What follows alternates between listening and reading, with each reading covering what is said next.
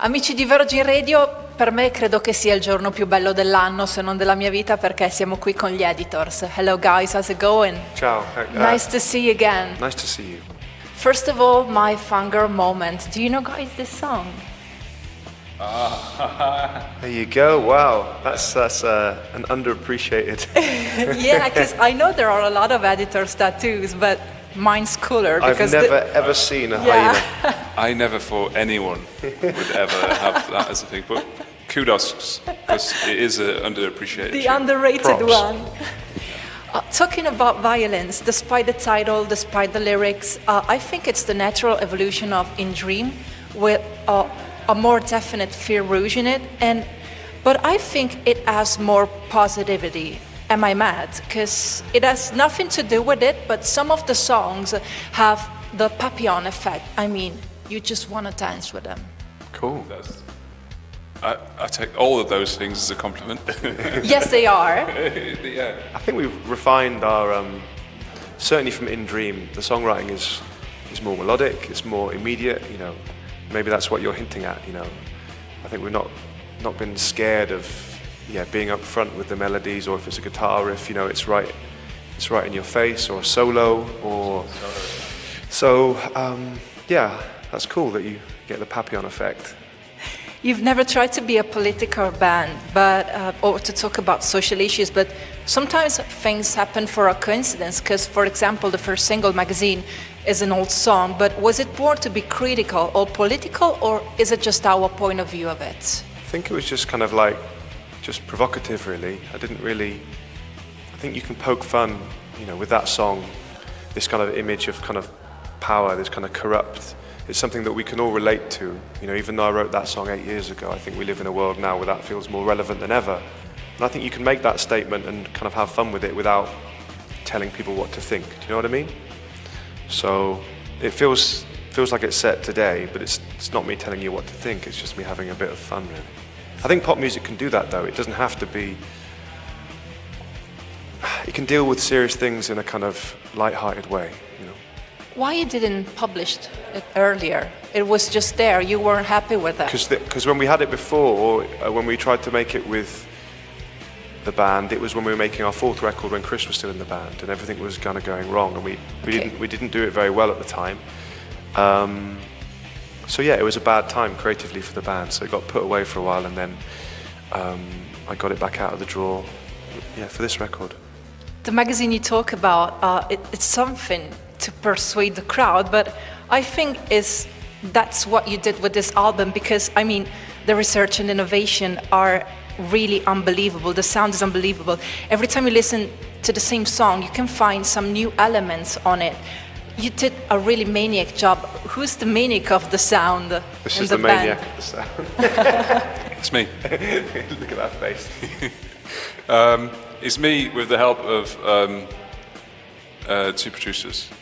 I think the details, the thing you're talking about, of all the things that you keep coming back to, is the responsibility of the producer called Leo Abrahams, who we brought in to finish the whole thing off, because he's immensely detailed and musical, and I think in a way that kind of went against what we liked to start with when we started working with him. But then, you know, when you first start working with someone and you've not worked with before, and he was doing these things where, you know, it was so detailed and so like perfect in the way he placed things that it was weird for us, but you know, at the end of the day, he did a brilliant job, and there is things that I keep hearing now that I can't even remember being put on.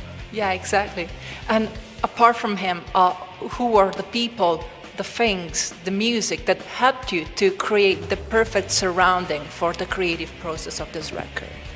We kind of hid away in a studio in Oxford, and we worked for about 6 months together, just all five of us in a room, kind of tinkering.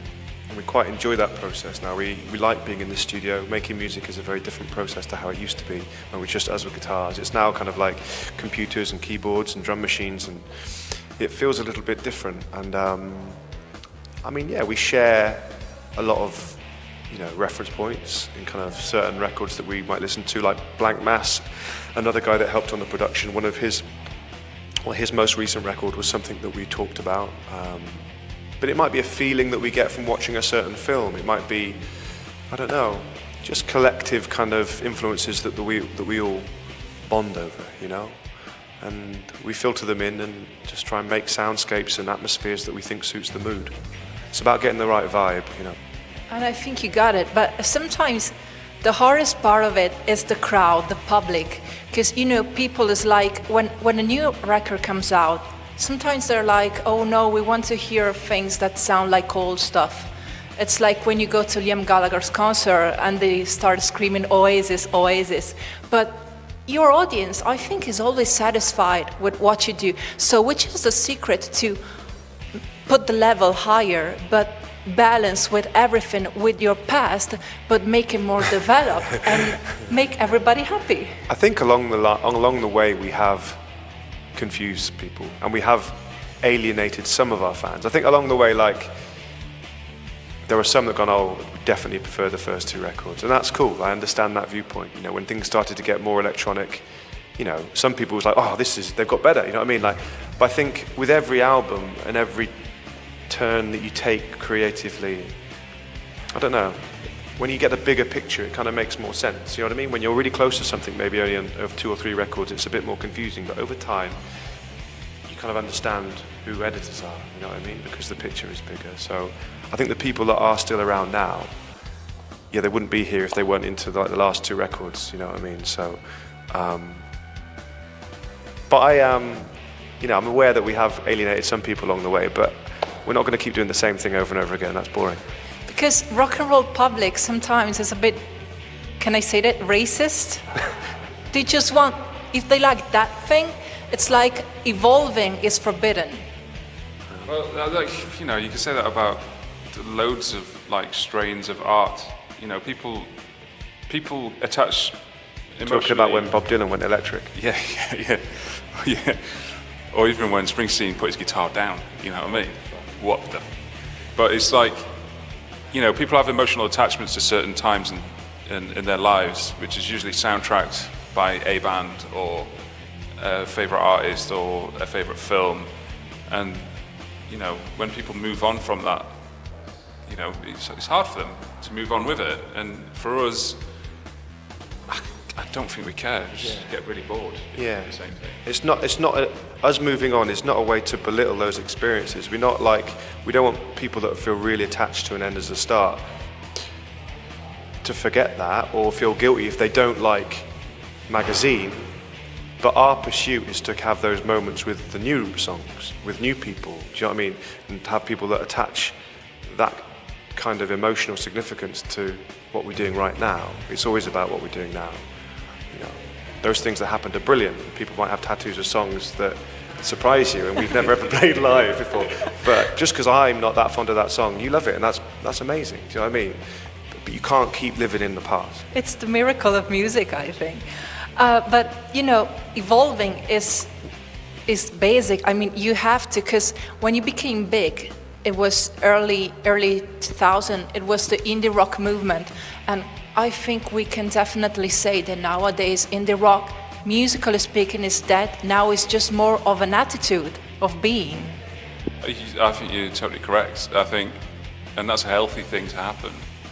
I mean, it goes against, you know, being in a band to not really be that bothered if all bands failed, but the music has to go through cycles in order to renew itself, and, you know, if that means less guitars, it's less guitars, but that's just how it is. It's just, again, that's in all mediums. That's in art, music, literature, film.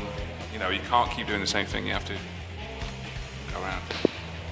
It's about passion as well, you know, I think people always, the things that endure and the things that are done with integrity and kind of passion, it's not necessarily about, you can burn very brightly for a small period of time and then be forgotten about. But I don't want to be that guy that's like moaning about things being better in the good old days. You know, the fact that there's less bands doing similar things to what we're doing in the public kind of mainstream or under the spotlight is how it is, and that's cool. Do you know what I mean? There's a band supporting us tonight called October Drift, and they are then they're not signed yet. You know, they're trying to get a deal and they're going through the early stages and they're working hard. But when they get up on stage, they play with as much passion and kind of like lust for life as I've seen any band play. So there's, you know, things change and just go in circles, don't they?